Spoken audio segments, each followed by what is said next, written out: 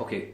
Today I want to talk to you about yield. I don't think every investor knows what yield is, and a lot of potential investors, guys who are kind of new to the business, are interested in a succinct and easy way of working out what a yield is. There are two things with yield: gross yield and net yield. To work out the gross yield, the gross yield is essentially the annual rent divided by the value of the property. So if a house is rented for $1,000 per month, then it's going to, times 12 months, it's going to be $12,000 per year. Then divide that by a property, let's say it's worth $120,000, there's a 10% gross yield. So the net yield, if you're calculating the net yield from the gross yield on the same house, that $1,000 house, let's say it netted down to $600. You took an arbitrary amount for voids, vacancies and repairs, management.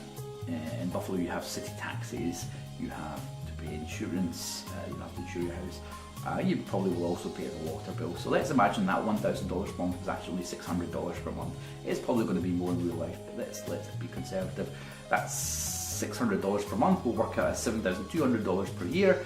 Divide that by 120,000 value, and how much is that? 6%. So that's a 6% net yield. So that's the gross yield would be 10% at 12,000 divided by 120,000, and the net yield rather would be 6%. So let's compare a few houses around the world, and let's look at the different rents and yields we can get and what we can expect from different investments. Let's start off in London, which is where I began investing 20 odd years ago.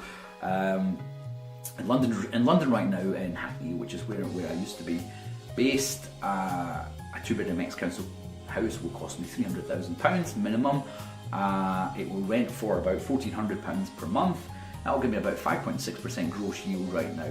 That'll net down to about 3.5% when you take off something for wear and tear. You take off the management, and you can maybe make an arbitrary figure for voids. Vacancies, it might be empty now and again. Okay, let's compare that. Okay, let's say 3% net yield. That's not going to give us much of a positive cash flow. If we have a mortgage on that £300,000, that's going to probably put us into negative cash flow territory. So for me, that's time to sell. That's when the area is already gentrified.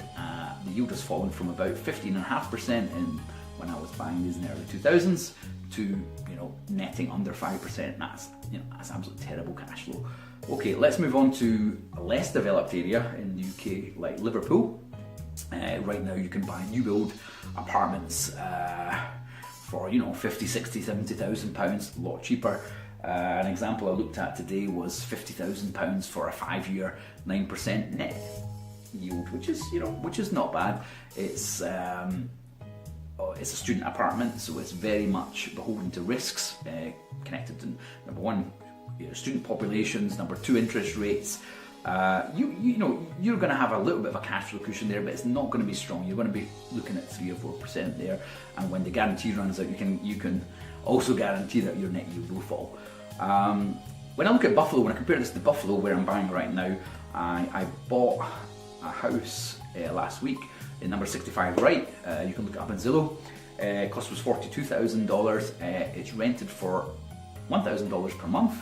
That gives me a 28.6% gross yield, which is of course multiple of both London and Liverpool. That nets down to 18.5% net yield with a 15% amount put in there for wear and tear voids and management.